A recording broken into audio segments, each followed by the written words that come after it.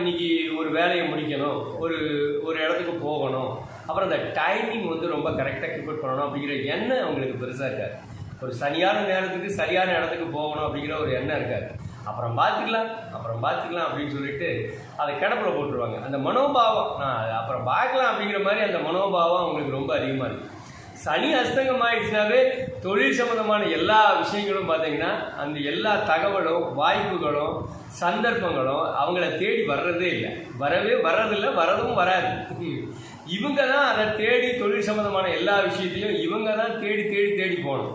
ஏன்னா சூரியன் சனியோட சேர்த்தியாக இருக்காரு, அதுலேயும் அஸ்தங்கமாக இருக்காருன்னா கண்டிப்பாக அவங்க தான் ரொம்ப அதை தேடி தேடி போய் இந்த தொழில் வாய்ப்புகளை தேடி தேடி போக வேண்டியதாக இருக்கும்.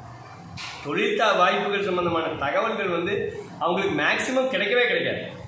ஒரு சிலருக்குலாம் டக்குன்னு வாய்ப்புகள் கிடைக்கும், பட் இவங்களுக்கு வந்து கிடைக்காது. காரணம் வந்து அந்த சனி வந்து அஸ்தங்கமாக